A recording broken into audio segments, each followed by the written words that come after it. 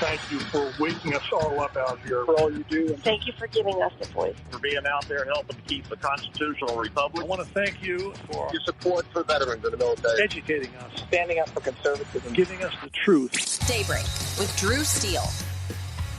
We just have to demonstrate that he will not take power if he does run. Arabian. Huh. Well, that's interesting. That was way back when, November 9th, 2022, at the White House, when one Joseph R. Biden was saying, we'll just have to demonstrate that if Trump runs it, he's not going to take power if he runs. Hey, are we supposed to take him seriously on that when he says things like that? Or is it, how exactly do you do that? Make sure that he doesn't take power if he runs. That's a weird thing. It's Joe being Joe. It's just a guy talking about stuff. It's just like, him and Hunter never talking about business. Well, anyway, maybe we ask this and other questions of Congressman Byron Donalds, who's joining us on Daybreak, 92.5 Fox News, our Thursday visit. Good morning, sir. How are you? Morning, Drew. How are you? I don't know. Do you take the president at his word, or do you not take the president at his word when he talks about making sure Trump doesn't take power and ensure? How does that work exactly? I'm not really sure. Well, Joe Biden's a professional liar, and so it's not really totally at his word. It's what the actions are happening either through him or around him. And so when you take what he says in context of all the things that are happening around him, that's what you follow. And so like I've been saying, as we've been uncovering all the stuff with the suspicious activity reports, then the 20 bank accounts, then the money flowing from foreign companies through and these foreign companies. These are foreign companies that are mostly shells or shills for their governments. That's what these foreign companies are. Right. So you started watching this web of corruption around Joe Biden. What you see is he tries to laugh it off or say little slick things, and sometimes he gets too cute for his own good, like the comment you played earlier before, but at the start of this segment. But watch the action around him, and it's pretty clear that he knows exactly what's going on, that the marching orders have been given to Merrick Garland through a wink and a nod or however they do their business, or maybe he called Merrick Garland to talk about the weather, and that's the mob clue of, okay, now it's time to go after Trump. The only reason why I say that is because look at what's going on with the weather and Hunter Biden, and they raked in millions of dollars. Yeah. So I figure, that's the Biden family cue there. Talk about the weather and stuff starts happening.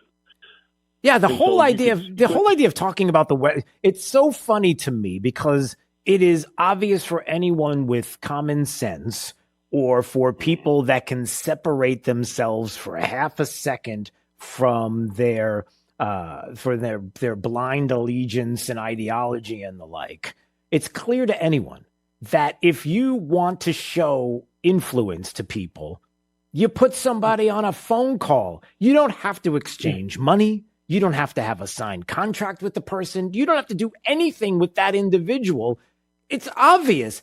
I want to show you what I'm capable of doing. Hey, here's my dad who happens to be the vice president of the United States. See how it works? He can talk about the weather. It may very well been, hey, Dad, how's it going? It's great. How's things in D.C.? Fine. How's the weather? It's fantastic. Okay, gotta go. See, I'm with some friends. Okay, bye, son. See what I can do? It's so obvious. No, Drew, here's the crazy part, right? So, everybody in Southwest Florida knows my wife, Erica. She runs her business. Like, in all the years that she's been in business, she's never called me to say, hey, I'm at a dinner with people, say hello. That's never happened. Right. You know why that never happens? Is because if she did call me, if she told me, like, hey, this person's a fan of yours, can I just call you to say hi to them? She would at least give me the setup of here's why I'm calling you, even though I'm in a meeting. Or sometimes I'm in meetings and she calls and I look at the phone and either I have to say, hey, guys, it's my wife. We got to take a break. I got to talk to her. Or I say, ooh, I just, the text thing, hey, I'll call you back. Right. And we do that a lot because she's in a meeting. I get I call you back. Yeah. I'm in a meeting. She goes, I could give her I call you back. He was vice president of the United States. So, I know they didn't work that hard in the Obama administration, but you can't tell me that they were just sitting around hanging out. He's got time to take phone calls at random from Hunter Biden. Yeah. That makes no sense. So that's what I'm saying. You go back to how this guy operates. He sits back from what it looks like to me is Joe Biden just kind of sits back. Everybody knows the play. They're running the play around him. He gets to sit around and be lunch bucket Joe or Uncle Joe or now old man Joe or whatever the thing he's trying to play. At the meantime, the people around him are moving this corruption, and he does know what's going on. Mm-hmm. The family's corrupt. They were making millions, and they were doing it off of his influence because he's the one that set it in motion. You can't tell me that Hunter Biden just got on Air Force Two just because they were just sad, and it was a tragedy about Beau Biden dying. And, oh, by the way, I'm sick of this stuff when he gets into trouble, and then what does he start doing and the media start doing? They start bringing up Beau Biden. You know what? God rest his soul, Beau Biden's been dead a long time. That is no excuse for the corruption that Joe Biden and his son have been involved in for a very long time. And don't forget Jim Biden, because his brother's in on it too.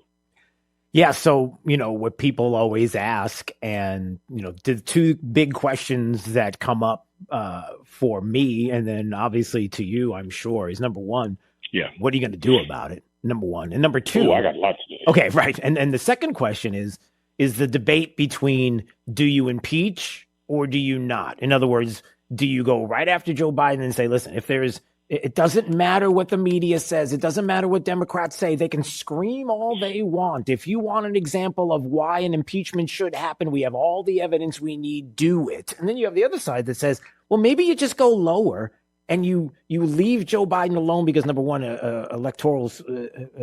election speak, he's beatable. So why get rid of the guy that's beatable if you can do that, and it makes it easier for us? But you go after Christopher Wray and you impeach him. You go after Mayorkas and impeach him. You go after Merrick Garland and impeach him. So when you hear that, when people say that there's a clear explanation as to why you don't do that and you just go to Joe Biden, isn't there? Yeah, well, let me tell you what I think. Okay. First, I think the House is going to start an impeachment inquiry. I think that's going to occur. I think it's actually going to come pretty quickly. That's number one. Now, number two, to the rationale of people want to say, do you do impeachment or not? The Democrats do not care about what future politics look like and all this other stuff. As a matter of fact, the only thing they do care is future politics. What they don't care about are our institutions. They impeached Donald Trump off a phone call. No evidence except a whistleblower. And they said, the phone call is pay for play. That's corruption. He needs to be impeached. They didn't do an exhaustive investigation. We're 6 months into our investigation. I think Nancy Pelosi did 2. If that, it wasn't even investigations. She was just trying to get her party in line to do it. Because actually the truth is she didn't want to do it at first, but her party kept pushing her. And she was like, well, shoot, this thing's going to happen. Let's just go ahead and do it. That's really what happened on Capitol Hill. We have 6 months of investigations into Joe Biden. We have the real evidence, not a phone call and not one whistleblower. We have 5 whistleblowers, and we have testimony all over the place. We have FBI forms. We got accounts. We got suspicious activity reports from over 200 institutions, 200 different reports about this family. We got the goods. If you ignore that to try to be too cute and play politics, you will lose, because the story is going to be, they're going after all these people, but it's not Joe Biden. He's just old Joe. He's a good man, a good family man who just finally realized he has 7 grandchildren, not 6. Don't be upset with him because he loves his son. Right. That's going to be the media cover. You have to go after him, because in the same vein, he's got no problem turning his Department of Justice on Donald Trump and what they're doing to Donald Trump. I don't care if you're a Trump supporter. I don't care if you're a never Trumper. I don't care if you're somebody who's like, look, we should just move on. What they are doing to Donald Trump, I'm telling you, is a prelude to what they will do to any Republican politician who takes the same level of stance against their radical agenda. The left, let me take a step back off of Joe Biden for a second, Drew. Mm-hmm. The left is at this point in America where they are close to total victory. They are not going to let Donald Trump or Ron DeSantis or Vivek Ramaswamy or anybody else stand in their way. They're not going to do it. Everybody thinks this is just Trump. If we move past Trump, then it's going to be okay. No, it won't. They will go after whoever the next person is. So we got to take a stand now. You have to go right at Joe Biden. And my view is, don't stop at Joe Biden. You go at Joe Biden, you go at Merrick Garland, you go at Mayorkas, and if anybody else wants to step up and play stupid games and not follow the law like they should do, you go after them too. Because the left has to understand that we're not going to play tiddlywinks while they're playing what's the game? The war game? The game of global domination. You put me on the spot. The game with the little ship things there. With the You pieces and the dice and everybody else. Battleship. Is that it? No, not Battleship, man. Come on, man. Not Battleship. Oh, I don't. Well, let's use Battleship. Okay. When we're paying tiddlywinks, they're playing Battleship. Okay. That's not going to work. Yeah. Not if you want to have successful political victories into the future. Because what the Democrats are more than comfortable with doing now is using the Department of Justice against conservatives. This isn't the first time, by the way. Everybody forgets Lois Lerner when the IRS was used against Tea Party groups. Yeah. I never forgot that. Yeah. They've been slowly ratcheting this thing up. And now they're going after the number one Republican in the country in Donald Trump. Yeah. Oh, and by the way, talking about Lois Lerner, let's not forget, the guy that was the head of the public integrity section of the Department of Justice when Obama's government was going after Tea Party groups is none other than Jack Smith. Huh. How about that? So, and by the way, he was the guy. Yeah, just for a little refresher for everybody. The Uranium One scandal. The IRS targeting scandal. The Clinton Foundation. Fusion GPS dossier. Benghazi. Hillary Clinton email case. Sergeant Bo Bergdahl. Remember him? Yeah, those just a couple of Democrat scandals that are out there. And look, Congressman Byron Donald's joining us on Daybreak 92.5 Fox News. Look, and this is the other thing about all of this is it is as serious as you've described. They're this close, my fingers are thinly spread apart if you're watching at drewsteele.com, the website, to what you're saying, which is the dominance that they have been looking for in a party that is looking to eliminate anyone that stands in their way, party, ideology, conservatives, Republicans, you can go down the line and how close they truly are in such a deviant way. And if we don't do something to stop this, when you find out that there are people that are getting ready to burn down cities because you're getting ready to elect someone that they don't like, whoever it may be, you put people in the city to stop it. Or it's bad optics. Doesn't matter. You stop it because it's illegal and it's destructive and you have to stop them. If it's going to be cleaning house and getting rid of individuals and impeaching people, if you don't show them you're serious, then you have all of the things that we've witnessed for far too long, whether it's a collusion, hoax, or impeachment 1 or 2 on Trump, or whether it is all the other things that they are doing to weaponize the federal government against the American citizens. If you don't stop them and show them that you're willing to do it, then what are we doing here, Congressman? Then why are we here? You don't have a country if you don't stand up to this stuff. Because the law, look, you can politics is politics. People say stuff. They don't believe it. Most people, it's just unfortunate. That's why our politics kind of sucks right now. Because too many people have said too many things that they don't follow through on when they actually are in positions of power. It's a major problem in the Republican Party. I think we're starting to turn the tide on that as Republicans. But if you allow this kind of lawlessness where the very institutions of our government are turned against one faction of people, you don't have a country. And that's not a United States of America thing circa 2023. That's the country of France thing circa 1849. Because that's actually what led to the French Revolution, is that the law was being used for the purposes of actors in their government for certain people and against everybody else. You know, it's like the old phrase is like, for my friends, everything, and for my enemies, the law. That's what was happening in France before the French Revolution. And as an American, as a conservative, we have to understand there's no other country. There's nowhere else to go. If America falls, the number one country in the fight for human liberty goes away. What other country you gonna go to? Costa Rica? Yeah, we're not gonna do that. Right. So you have to draw the line here, and you cannot retreat from it. They are bullies. They will use the media. They will use academia. We already saw through COVID-19, they'll use the science. And now we're watching with Donald Trump, they're going to use the courts and the law against us. These indictments are a joke. This last one on January 6th.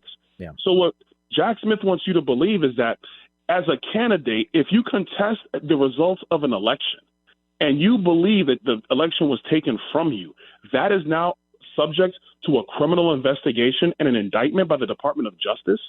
A candidate is allowed to object. Did Donald Trump use the power of government to take voting machines from local supervisors of elections? No. Did he use the FBI to cordon off polling locations because he felt that, the wrong people are voting? No. This ain't no house of cards situation here. I mean, did he do any of those things? No, he did not. Did he use the Department of Justice to impound the counting process? No. Did he use Secret Service to stop Mike Pence from going to Capitol Hill to count electors? No.